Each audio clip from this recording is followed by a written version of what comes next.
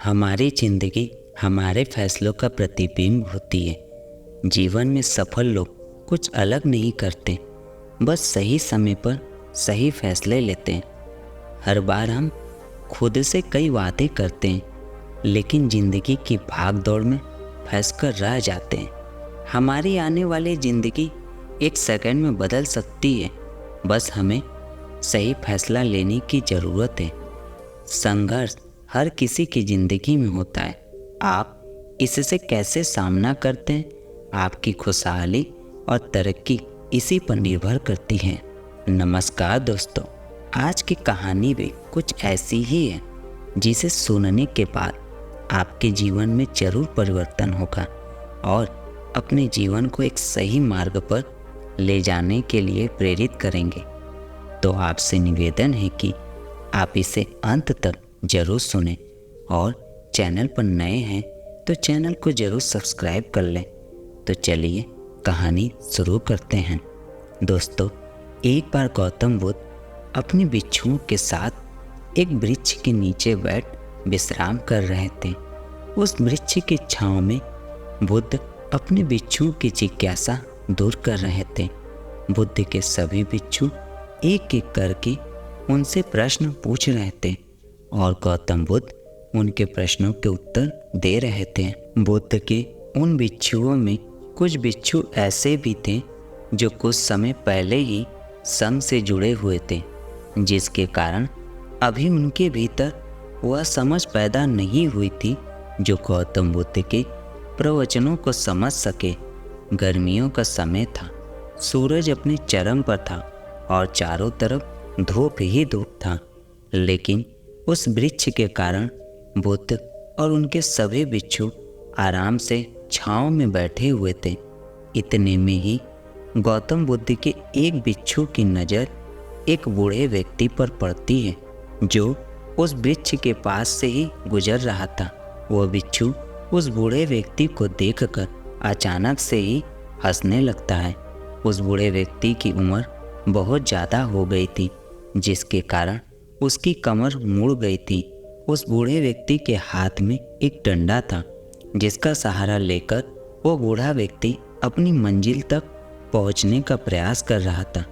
उस बूढ़े व्यक्ति का शरीर केवल हड्डियों का ढांचा मात्र था। अपने बिच्छू को हंसते हुए देख बुद्ध उससे कहते हैं कि मेरे प्रिय बिच्छुओं, कृपया कर हंसो मत, क्योंकि जिस व्यक्ति को देखकर तुम अभी हंस रहे हो वो कोई साधारण व्यक्ति नहीं है, बल्कि वह व्यक्ति इसी क्षण तुम्हारे जीवन को रूपांतरित करने की क्षमता रखता है। जो आज तक मैं तुम्हें सिखा नहीं पाया, वह यह बूढ़ा व्यक्ति तुम्हें सिखा रहा है।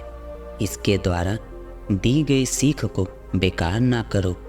बुद्ध की ये बात सुनकर वो बिच्छू बुद्ध से कहता है कि मुझे क्षमा करे बुद्ध, पर मुझे ये समझ नहीं आ रहा है कि जो एक बूढ़ा व्यक्ति जो खुद अपने शरीर और अपनी बीमारियों से लाचार है, वो मुझे क्या सिखा सकता है।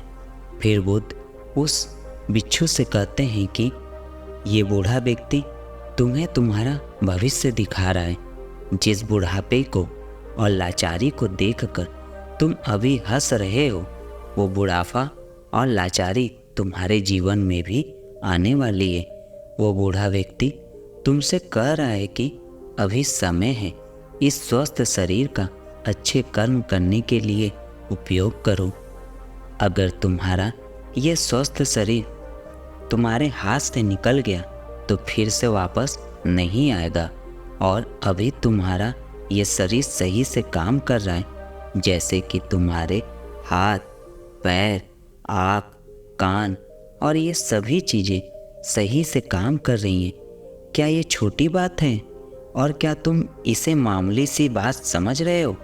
यह घटना कोई साधारण घटना नहीं थी जो अभी तुम्हारे साथ घटी, और ये घटना तुम्हारे जीवन को बदलने की क्षमता रखती है। ठीक इसी तरह की घटना मेरा जीवन बदला था, और इस तरह की घटना के कारण ही मैं आज बुद्ध हूँ। फिर वह बिच्छू बुद्ध से कहता है कि क्षमा करे बुद्ध, परंतु मेरे मन में यह विचार ही नहीं आया कि मैं उस बूढ़े व्यक्ति से कुछ सीख सकता हूँ। उसे देखकर केवल मुझे हंसी आ गई। ऐसा इसीलिए हुआ क्योंकि तुम्हें अपने भीतर कहीं ना कहीं लगता है कि जिस स्थिति में आज वो बूढ़ा व्यक्ति है, उस स्थिति में तुम कभी नहीं आओगे। जिस बुढ़ापे का और लाचारी का सामना आज वो बूढ़ा व्यक्ति कर रहा है, तुम्हें लगता है कि उसका सामना तुम कभी नहीं करोगे। इसीलिए तुम उस बूढ़े व्यक्ति को देखकर हंस पाए। तुमने सच्चाई को नज़रअंदाज कर दिया। अगर तुम सच्चाई को देख लेते तो चाहकर भी अपने आंखों के आंसुओं को नहीं रोक पाते, परंतु तुमने सत्य को अनदेखा कर दिया और तुम बहुत बड़ी संभावना से चूक गए। बुद्ध की ये बात सुन वो भिक्षु बुद्ध से क्षमा मांगता है और ये निश्चय करता है कि वो अपने स्वास्थ्य का उपयोग अपने अहंकार को बढ़ाने में नहीं बल्कि परम सत्य को पाने में करेगा।